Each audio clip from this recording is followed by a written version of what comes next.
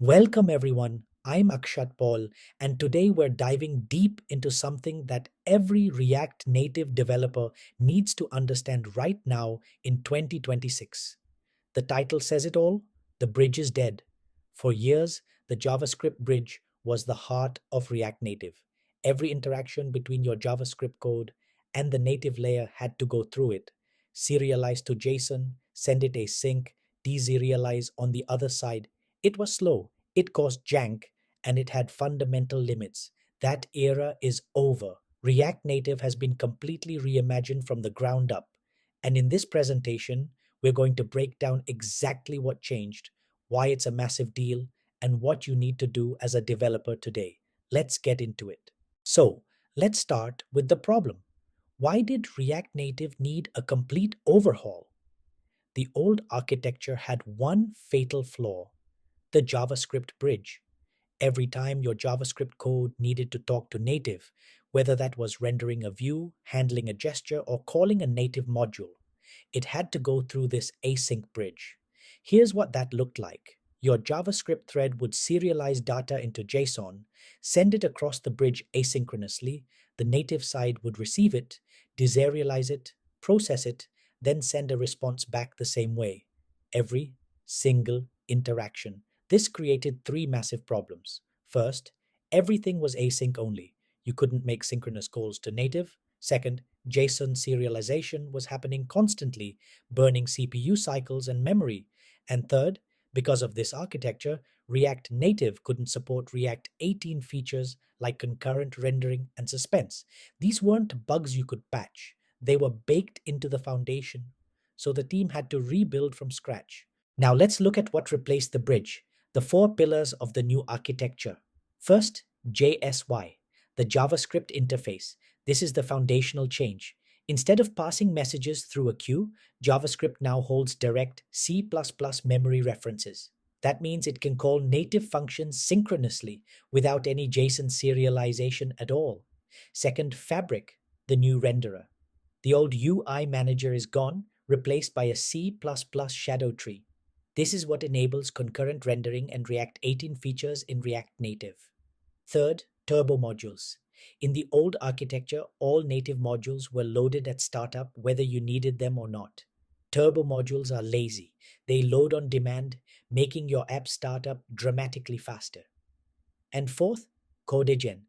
This auto-generates native bindings from your TypeScript interfaces, eliminating an entire class of runtime type errors between JavaScript and native code. These four pillars work together as a complete system. Let's dig deeper into JSI first. Let's zoom in on JSI, the JavaScript interface, because this is the heart of everything. In the old architecture, a simple native call took 5 steps. JavaScript would package data as JSON, put it in a message queue. The bridge would async deliver it to native. Native would unpack it, process it, and send back a response the same way. This added around 5 milliseconds of overhead to every single native interaction. With JSI, we're down to 3 steps, and the keyword is synchronous. JavaScript now holds a direct C++ memory reference to native objects. There's no serialization, no queue, no async wait. The numbers speak for themselves. JSI is approximately 40 times faster for native module calls. This unlocks scenarios that were literally impossible before. Take Vision Camera. It needs to process video frames in real time. Each frame is about 30 megabytes. At 60 frames per second, that's nearly 2 gigabytes per second flowing through. The old JSON bridge would have collapsed. JSI handles it with ease. This is not an incremental improvement. This is a fundamental architectural shift. Let's look at the other two pillars, Fabric and TurboModules. Fabric is the new rendering engine. The old UI Manager was a JavaScript-based system that couldn't take advantage of React 18's concurrent features. Fabric replaces it with a C++ shadow tree. This is the core data structure that tracks your component layout. Because it's in C++, it can be shared across threads, enabling true concurrent rendering. This is what gives you automatic batching, smoother animations, and the ability to use suspense and transitions in your React Native apps just like you would on the web. Now, TurboModules. In the old architecture, when your app started up, React Native loaded every native module you had registered: camera, GPS, Bluetooth, payments, push notifications, all of them, whether your app needed them yet or not. This was a massive waste of startup time and memory. Turbo modules are lazy. They only load when your code actually calls them for the first time. If a user never opens the camera screen, the camera module never loads. This is a huge contributor to those 40 to 43% startup time improvements we see in production. Now let's talk about the numbers, because the performance improvements are genuinely impressive. These benchmarks come from real production migrations at companies like Shopify and Meta. Cold start times improved by 43%. That's the time from tapping the app icon to your first screen being interactive. For users, this is huge. First impressions matter. Rendering speed improved by 39%, smoother animations, less dropped frames, better perceived performance across the board, memory usage dropped by 26%. On lower end Android devices, especially, this is the difference between your app staying in memory or being killed by the OS. And that 40 times native call speed improvement from JSI? That's not a benchmark we run in isolation. That's real overhead eliminated from every single native interaction your app makes. Look at that bar chart. Across all three key metrics, the new architecture brings everything down significantly. This isn't a marginal improvement. This is a completely different performance tier. Let me walk you through the timeline of how React Native got to where we are today. It started back in 2022 with React Native 0.68. The new architecture was available but purely experimental. You had to explicitly opt in, and there was a good chance things would break. 0.74 brought the interop layer, a critical bridge that allowed libraries built for the old architecture to still function on the new architecture. This made the transition much less painful. Then came the major milestone, 0.76 in late 2024. New architecture was on by default for all new projects. This was the turning point. 0.82 in early 2026 was the line in the sand. The legacy bridge was permanently disabled. Setting new Arch enabled equals false, ignored by the build system. And 0.83 plus, where we are now. The old architecture isn't just disabled, you can't use it anymore. The legacy bridge is no longer part of your app's runtime, and the new architecture is mandatory. If you're still running an older version of React Native, you are now accumulating technical debt with every passing month as libraries drop support for the legacy architecture.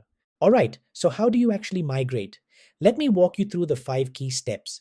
Step 1, audit your dependencies first. Before you touch anything else, go through every native library in your project and check if it supports the new architecture. Use npx expo-doctor or the React Native directory website. This step will tell you your migration complexity. Step 2. Upgrade React Native. Target version 0.76 or higher with Expo SDK 52 or higher. The React Native Upgrade Helper tool at the React Native Community GitHub is invaluable here. Step 3. Enable the new architecture. On Android, set new Arch enabled equals true in your Gradle.properties. On iOS, set rct underscore new underscore arch underscore enabled equals 1 in your pod file. Then rebuild. Step 4. Fix incompatible libraries. This is usually the most time-consuming part. The good news is that as of early 2026, 83% of the popular libraries are already compatible. Libraries like Reanimated 3.5 Plus, React Navigation 7.2 Plus, and Gesture Handler are all new architecture ready. Step 5. Test and profile thoroughly. Use React Native Inspector 2.0 and Flipper to measure your actual performance gains. Pay special attention to lower-end Android devices where the improvements are most dramatic. Let's look at where the ecosystem stands and where React Native is heading next. On the library side, the picture is very healthy. React Navigation, Reanimated, gesture handler, the full Expo SDK, all fully compatible with the new architecture. Vision Camera 4.0 is built specifically for JSI. As of January 2026, 83% of Expo projects built with EAS build were already running on the new architecture. The community has largely made the transition. Now, what's coming next? React Native 0.84 brings Fabric as the fully default renderer, and Hermes Fiv 1 with proper bytecode caching for even faster starts. React Server components are coming to mobile through Expo Router. The same model that transformed web development is being adapted for native apps. The React compiler is a game changer. It will automatically optimize your component re-renders, making manual use memo and use callback largely obsolete. And perhaps most exciting for the future, spatial computing. Vision OS and augmented reality are being positioned as first-class React Native targets. The new architecture's C++ foundation is what makes this possible. React Native in 2026 is not just surviving, it's thriving and expanding. The message is simple: don't wait. Go check what version of React Native your project is running right now. If you're below 0.76, you have work to do. Run npx expo-doctor to get an instant health check on your dependencies. Audit your native libraries. Create a migration branch so you can test without risking your production code. Profile your cold start time before the migration so you have a baseline to compare against after. The new architecture is not optional anymore. It's not a nice to have performance boost. It is the foundation of React Native going forward. Libraries are dropping legacy support. Security updates are stopping for older versions. The ecosystem has moved on. The good news? The migration path is well documented. Most of your libraries are already compatible, and the performance gains on the other side are very real. Thank you so much for watching. If you have questions, drop them in the comments or reach out directly. I'd love to hear about your migration experience.